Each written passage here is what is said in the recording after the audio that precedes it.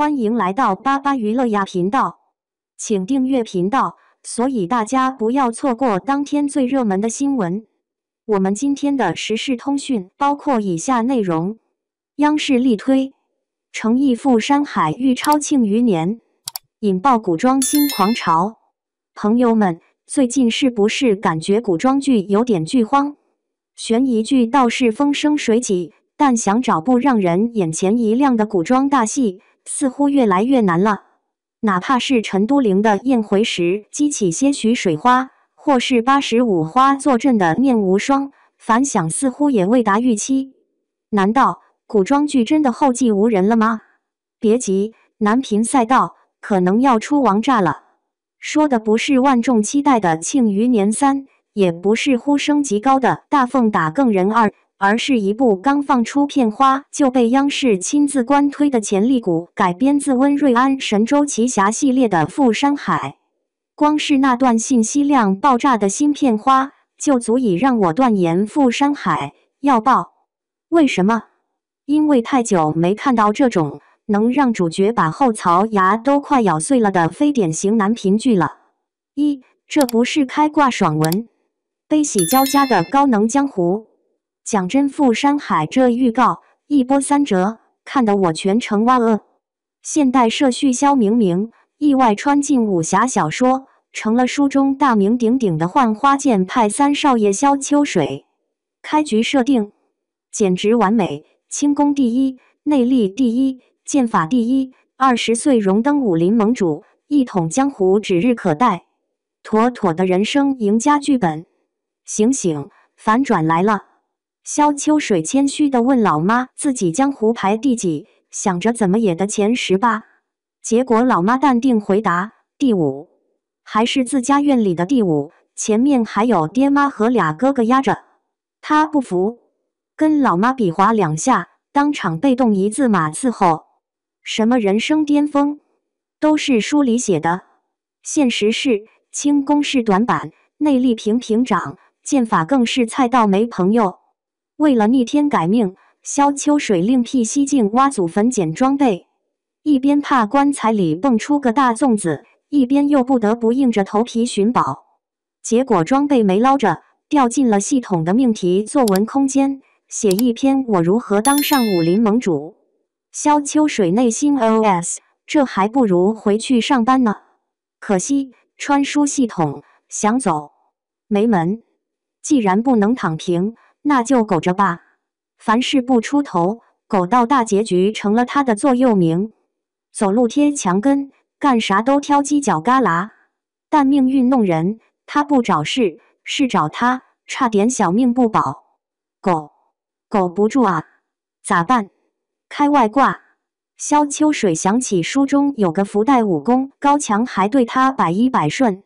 解锁福袋后，日子果然舒坦多了，保镖在侧，盟主之位仿佛唾手可得。然而，最大的反转和最深的刀子，往往来自意想不到的地方。曾经的福袋，竟成了灭他全家，让他险些丧命，最终身败名裂的祸代。那个一路披荆斩棘，最终坐上武林盟主之位的萧秋水，并不快乐，因为得到的不是他想要的，但失去的却再也回不来了。更扎心的是，他一直以为仇家是权势滔天的权力帮，复仇到最后才发现，真正的幕后黑手，竟是和他一样的神秘穿书者。恨错了人，信错了依赖，带入萧秋水的视角，真的心都碎了。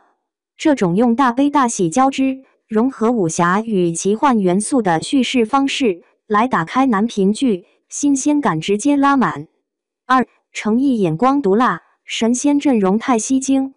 有趣的故事设定是骨，那演员就是肉和魂。不得不夸，诚意挑剧本的眼光是越来越毒辣了。近2年，他稳扎稳打，底线搭档靳东，打破古装限定印象。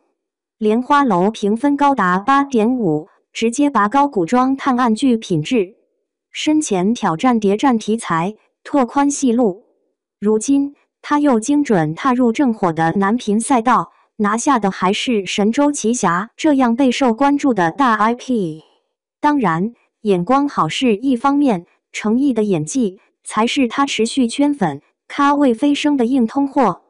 就说傅山海，他一人分饰三角：现代社畜萧明明、古代侠客萧秋水，以及后期大 boss 级高手李晨舟。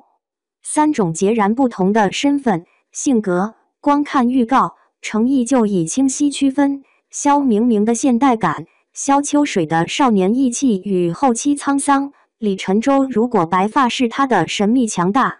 尤其震撼的是预告中疑似萧秋水与李晨舟对决的场面，很可能是程毅自己和自己演对手戏，那种恨意与淡漠的碰撞，张力十足。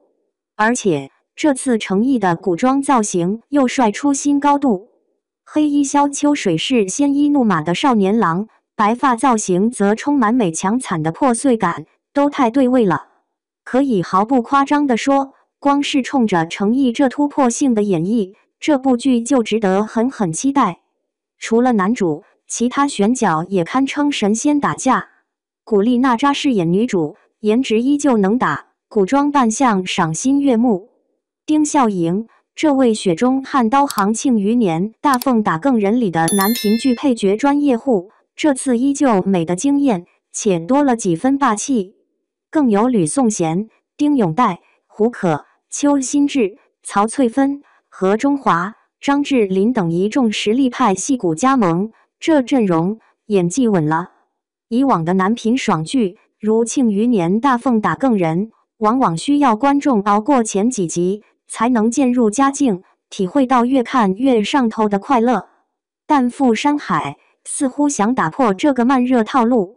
从预告看，他开局带着喜剧元素，更容易抓住观众，中后期又有虐心反转和深刻内核，有望实现一路高能。